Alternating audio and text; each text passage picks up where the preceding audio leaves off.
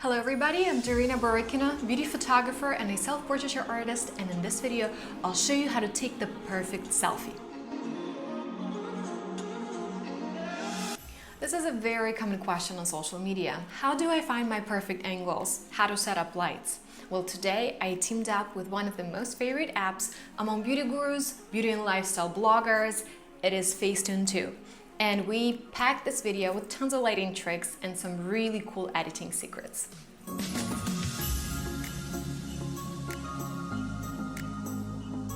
Being a self-portrait photographer for over 5 years, I've developed a personal formula, so-called 4 non-negotiables when shooting a selfie. So it all starts with creating the look. Duh. Whatever you create, whatever is in front of the camera is what you're going to capture. So make sure your look is complete. Second non-negotiable is fitting the light. And by fitting, I mean finding the light that fits your face best. So learn your face and know the light that works best with it. Third is serving angles. So learning your work side and angling your face toward the camera in the most flattering way. And the last step, but not least, is editing. Well, there's always some type of blemish that we want to remove. There's maybe some makeup touch-ups that we need to do, also just correct overall image.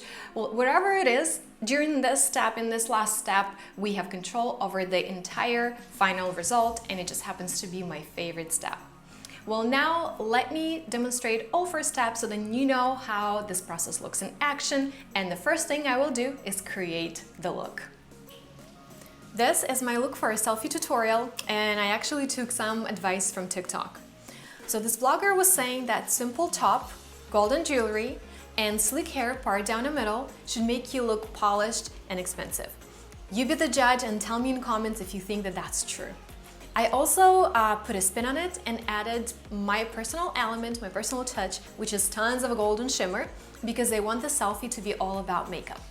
Now, once we created the look with purpose, with intention, we can move on to the second step, which is fitting the light. Today we're in the studio and we'll be shaping the light rather than finding it. If we were using the daylight, we'd be looking for the perfect lighting and working with what was available.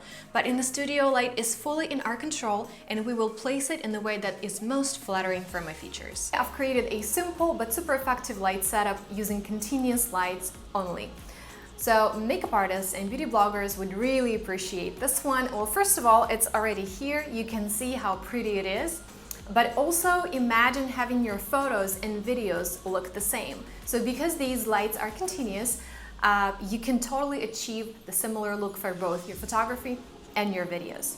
It consists of 2 lights. One is in front of me, it's a key light, so it lights me as a model. And then the second one is right behind me, illuminates the background, it removes my shadow and also adds a lot of depth to the image. Like I'm looking at myself in a monitor and just, it looks beautiful. It looks like I have a halo. So here is this little light that's working real hard right behind me, creating the beautiful effects. So once the light is in place, we can move on to the next step, which is serving angles. It's our favorite part. It is a photo shoot time. It is very individual, but there are a few common parameters that we're all looking for when selecting posing angles. Once again, we want to hide the under eye area, then we want high and shiny cheekbones, a sharp jawline, luscious lips, and engaging glance. Now let's pick the photo that we're going to be editing and prepping for posting. So first thing that I would like to do is open this image in Facetune 2. I'm going to go to retouch. And the first tool that I'm going to use is cleanse. It's one of my favorite tools because it affects midtones and shadows and also saturation of certain of the imperfections, let's put it that way. And I'll show you just in a moment how it works, but it's just a magical tool to vanish your imperfections and some blemishes without losing the texture. So let me zoom in on, I don't know, some of these pimples, and I'm just gonna tap and drag, and you guys can see how they're becoming less brown, more translucent. Same I'm gonna do with my brows here a little bit because I think they're a little too dark. So I'm gonna lighten right at the end. Just look at this fine line. I'm just gonna go over it a few times And every time I go over it, effect gets a little more obvious, and I like it so much because I don't mind the fine line there, but I just don't want it to be that pronounced. Now I'm gonna go to the eyeshadow and use this cleanse on the eyeshadow as well. Did you see what kind of magic just happened? Here you go. It just got brighter. So the texture of my eye was creating that shadow, and this tool just picked it up, and now that eye makeup is just so even and blended. So we did the face, let's not forget the neck. So we're gonna go to the neck, and right off the bat I see areas that I want to work on.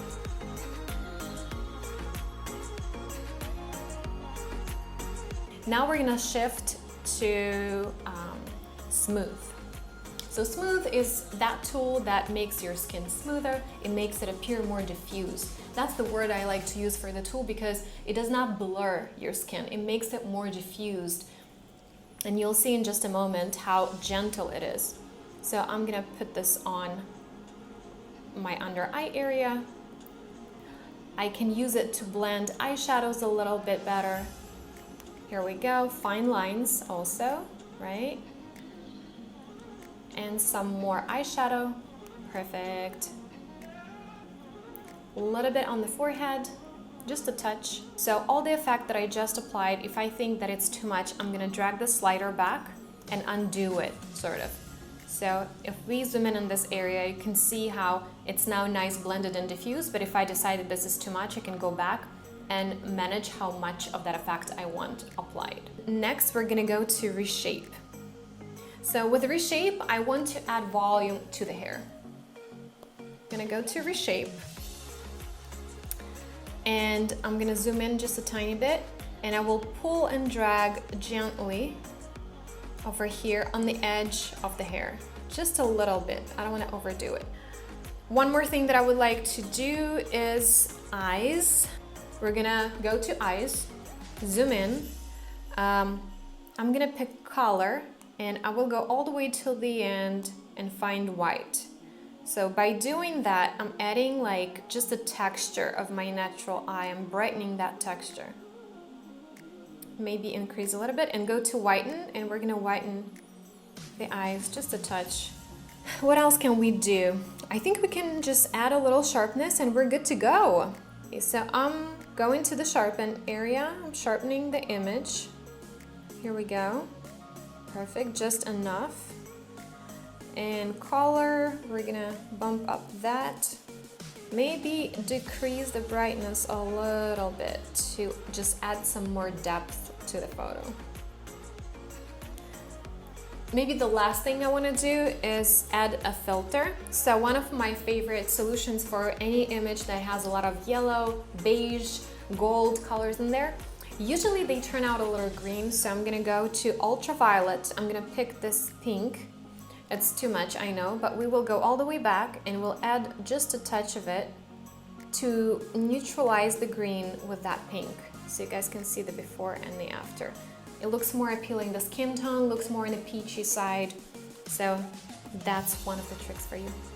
Okay, so I'm gonna go ahead and save this photo. And I'm gonna go to my Instagram right now and I will post it. And it is live, you guys. It is live. Thank you so much for staying with me till the very end. I hope you enjoyed this tutorial. And if you have any questions or comments, put them down below under this video. And I hope to see you in my next videos. Bye bye now.